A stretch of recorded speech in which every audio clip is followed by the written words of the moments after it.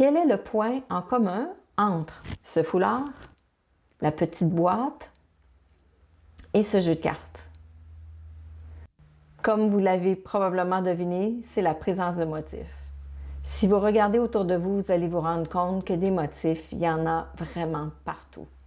Pensez aux motifs imprimés sur vos vêtements, à ceux qu'on retrouve dans la décoration d'intérieur, comme par exemple l'ameublement, les draperies, les coussins, les tapis, le papier peint. Et c'est pas tout, les motifs, on en retrouve aussi dans la papeterie, sur le papier d'emballage, le carton, des carnets et des livres. On en retrouve aussi dans la cuisine, sur le bord des assiettes, sur les napperons, les tasses et j'en passe.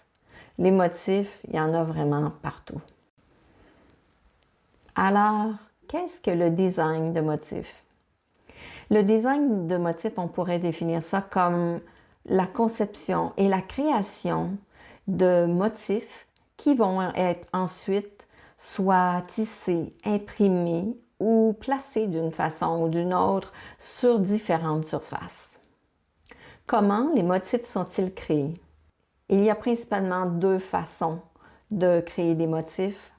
Soit qu'on commence par un dessin, une peinture, à l'aquarelle par exemple, la gouache ou l'acrylique, ou même par un collage qu'on va numériser et ensuite retravailler à l'ordinateur.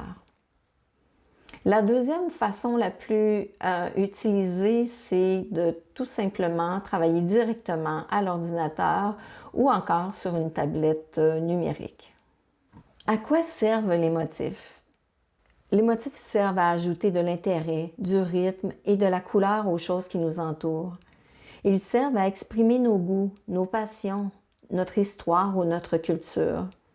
Ils ont aussi un impact sur notre humeur, notre état d'esprit. Le design de motifs est donc un moyen de communication à la fois pour ceux qui les créent et pour ceux qui s'en entourent. Ça va bien au-delà de la simple décoration d'un objet selon moi.